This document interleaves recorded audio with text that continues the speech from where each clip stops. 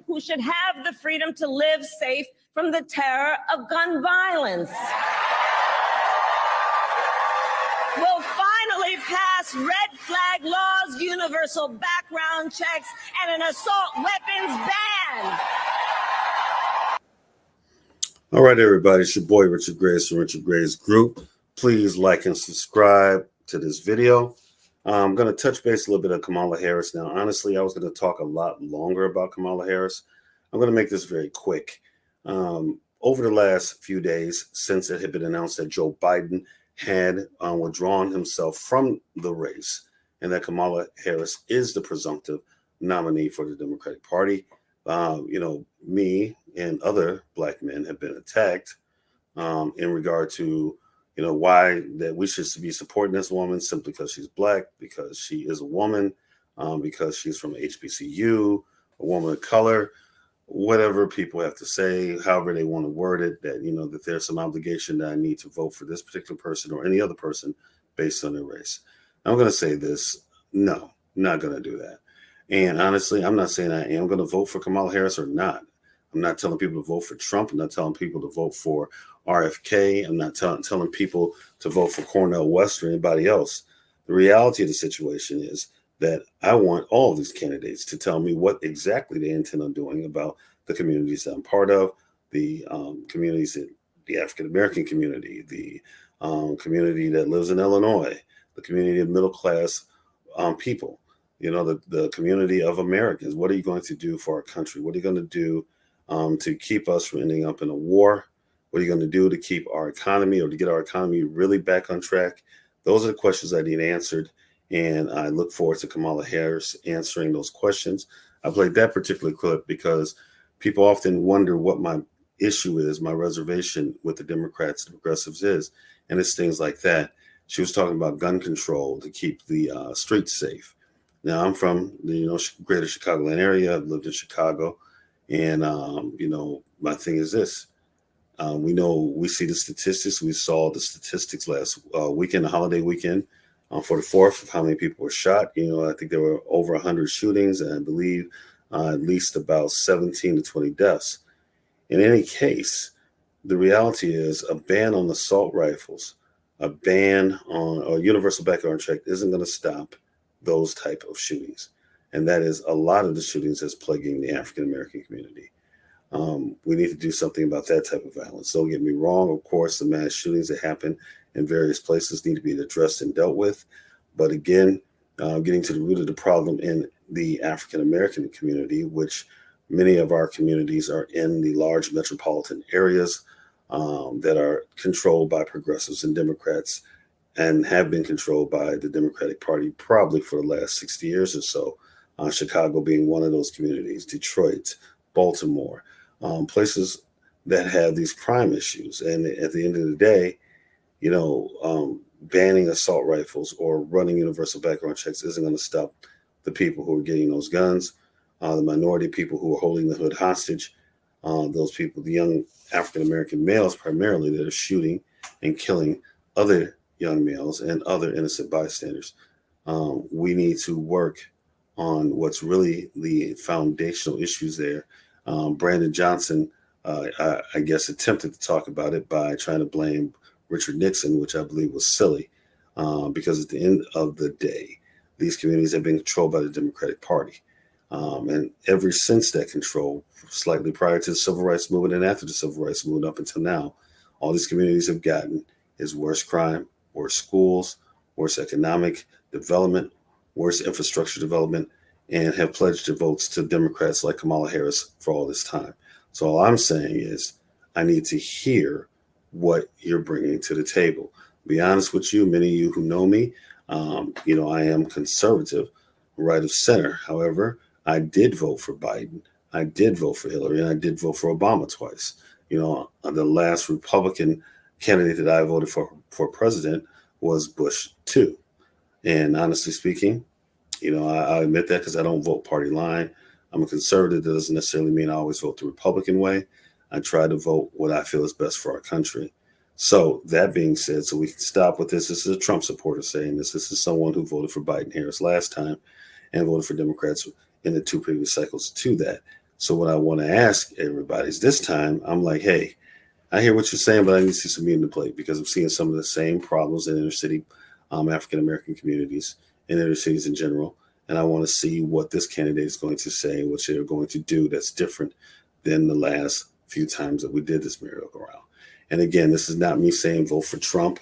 This is not me saying vote for RFK. This is not me saying vote for Cornel West or anyone else who's running. You can write me in, though. Please write in Richard Gray's 2024. I'll be happy to take that. But seriously speaking, I really want to see what the policy positions are. I need more that she's not Trump. I need more that she's not a felon.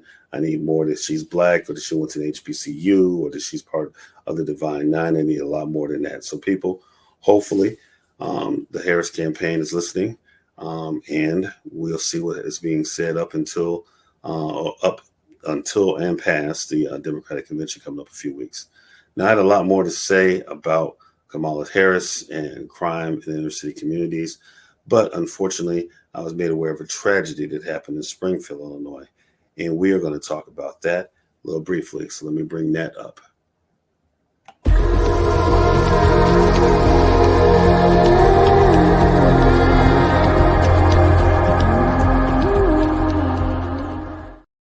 So we're going to talk about a woman named Sonya Massey that was killed down in Sangamon County, I believe it's Springfield, Illinois, by a deputy sheriff from the Sangamon County Sheriff's Department. Now I'm going to show a video right now. This video is going to be disturbing.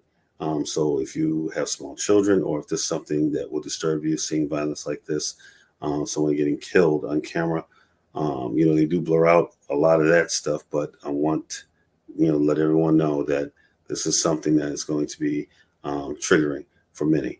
I'm going to play the video and then we're going to discuss it a bit. Here we go. Here, grab your ID for me. Okay. Your ID. One task at a time. So let's do an ID, and then you can dig around for your paperwork. I don't know where my ID is. You See in that stack right there, maybe? Okay. 1 second. check on her. Let me leave this.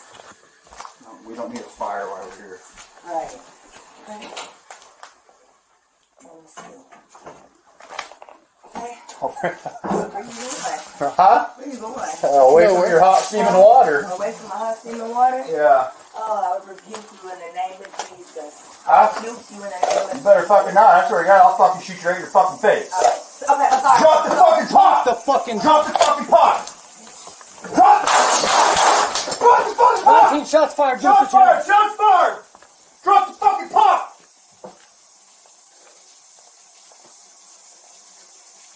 Bring emails now. We got a headshot wound to the female. Headshot wound to the female. 1078. Fuck. I was on. I'm gonna go get my kit. No, it's a headshot, bitch. You're done. You can go get it, but that's a headshot. All right, I'm going to tell you guys something. I can't watch any more of that. This was a tragedy, and you guys have seen me review law enforcement videos before, and at the end of the day, I'm generally trying to be fair about it.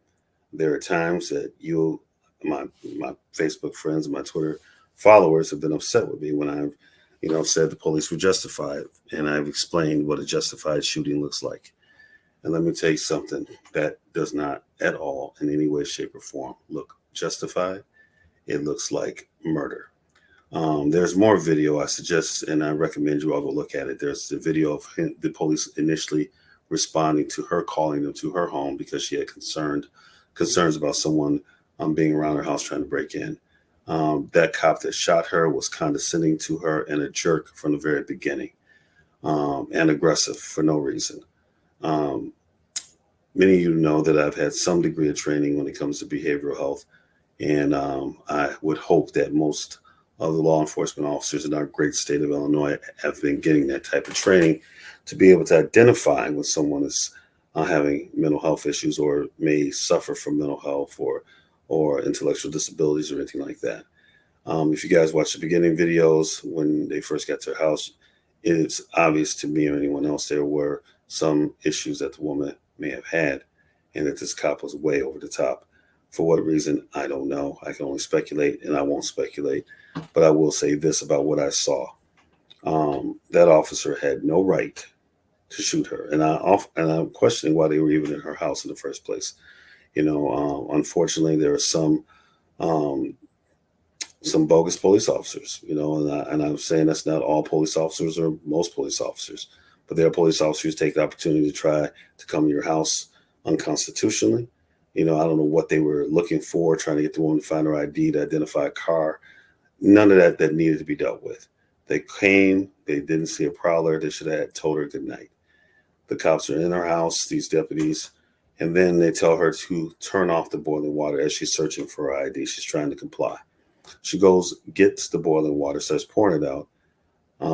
This cop, she says, "I rebuke you in the name of Jesus." Now, those of us in the African American community or Pentecostal Christian community, that's something we say, sometimes jokingly, sometimes we're just saying, "Okay, you tripping, I'm binding you in the name of Jesus," things like that. And he threatened to shoot her in the face when she said that. You better not.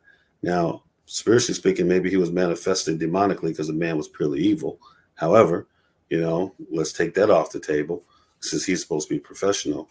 When do you start threatening to shoot someone in the face for saying, "I rebuke you in the name of Jesus"? Then the big thing, when she gets the water and is pouring it out and bringing it over, if he felt the fear that this little woman was going to throw this pot of water at him, then he should have backed out the door. All right. He had an easy exit behind him that was closer to him than she was. He chose not to do that. He chose to turn it up, and he had already threatened to shoot her face, and that's in fact what he did. So I don't know if it was premeditated, but it seemed like that he had the presence of mind to follow through with what the heck he said he was going to do. And there is no justification. Now, unless here's the thing. She was not committing a felony at the time. She was not doing great bodily harm to someone else or hurting someone to the point where he thought death was imminent and that person needed to be protected. Example of that would have been if she was about to throw that scalding hot water into a crib with a baby in it or something. That would have been something that could have been seen as justifiable. But he was talking about, "Oh, she's not going to throw water on me," and it's just ridiculous. The man is being charged with 3 counts of first-degree murder and a few other charges. I hope he's found guilty and prosecuted to the fullest extent of the law. And I know that we say, "Hey, let's see the rest of the video," all that. And honestly, if somebody could show me somewhere where this video was photoshopped, then I'll come back and do an apology video to that officer. But if that video is showing us what we saw, and what we saw is what it is, he deserves to be in prison for the rest of his life. Simple as that. This poor woman is gone. Her family's lost a daughter, a mother, a sister, a friend over, and I'm just going to say it's an asshole cop. All right. And again, this isn't most police officers. I know people are running with the narrative that, "Oh, police looking to kill us." No, I'm not gonna say that. Like, I'm not gonna say all black men are looking to kill us just because a few people do. But what I am gonna say is this: this looks bad for law enforcement. It makes people afraid to even call the police to their home. And yeah, 9 out of 10, you're not gonna get a cop like that. But who wants to take that risk? So now you created a gulf between the community because we keep hiring, or people like that keep getting hired. We, meaning the state of Illinois, the citizens of the state of Illinois, in all these different cities we live in, we need to hold these, whoever we elect, Republican, Democrat, Independent, whoever, accountable. We want police officers that, one, pass a mental health background check, number one. How this dude did, I have no idea. Number two, that have training in the basic thing of service of a community, de-escalating, not turning stuff up. Because if you're in it just to be a jerk, to be an asshole, to be condescending and rude to the citizens you're supposed to serve, I don't care what color they are, what race they are, what gender they are, what sexuality they are. If you can't do your job, then you need to quit. And then we need to get new officers. And I'm going to say this to the African-American community. I hear all these people want to talk about, "Oh, I don't, we shouldn't be the police. You can't change." No, it does change from people who have good conscience. All right. And black people, if we want to change things, we need to get these jobs. And for anybody else of any other ethnicity, you're welcome to come, but just be willing to serve the community. All right. But African Americans, I'm saying, hey, it's time to start serving and changing this from the inside out. And I don't want to hear that bullshit about, "Oh, we can't change it because you ain't tried it." All right. Bottom line, the numbers need to increase. People need to go get those degrees, get in law enforcement, get those social sciences degrees, get in law enforcement, and try to change the picture. And honestly, it's an easy change. Hire officers who want to work in the communities and be part of the communities they work in, get to know the people in the communities they work in. These were neighborhood cops that knew this woman, this would never have happened. These were people that knew the community. They know that, oh, this is the special lady. Just go by, look, make sure everything's safe for her. She'll be right. That's when you have officers who are part of a community. Okay, you could be white, black, Asian, Latino, Arab, whatever. But if you want to work in a community, you need to be wanting to be part of it, not looking down on the people that you are policing, that the communities you're supposed to be serving and protecting. If that's not what you want to do, then don't do it. And for those who want to talk that shit, all right, who want to sit there and say, hey, well, after policing, hey, you could be a part of the problem or part of the solution. And the solution is to try to fix the problem. The solution is to run for office, become a police officer, become a legislator, or just be a community member that holds these elected officials accountable to get us better training for officers, better hiring standards for officers, and to actually actively recruit people who want to be part of the communities they serve, to get to know the community they serve, the neighborhood they work in, to get to know the kids in the neighborhood, the pastors in the neighborhood, the churches, the mosques, the schools, the businesses. Get to know the people. It actually makes you a better officer when you get to know the people, because then you know who's really on that bullshit, and you really know who the people you serve really are. And then they might actually trust you. Because right now, trust is really going to go out the window again. Because honestly, who wants their old grandma or old auntie, that may have a little touch of dementia or a little touch of forgetfulness to call the police? They're going to be afraid of things like this happening. God forbid if you have a mentally, someone in your family that's a little mentally slow, that may not answer questions quick enough and agitate these type of jerks. So at the end of the day, law enforcement, I'm speaking to you. You want the community to trust you. You want people to respect you for the job that you do. Then you need to respect the people that you serve and protect. And you need to respect them enough to get to know them and the community that you're serving. If you don't want to do that, go work at the post office. That's all I got to say, because I'm really pissed about that one. And, it's really hurtful because, she looks like a lot of people that I know. She looks like some people that I'm related to. All right. And this one was just living her life. Simple as that. Simple as that. And I'm not just saying that because she was black. I'm saying that because of her demeanor. Just a soft-spoken woman just was afraid and called the police because she thought they'd be able to help her. And this is the help they got because she got this asshole cop.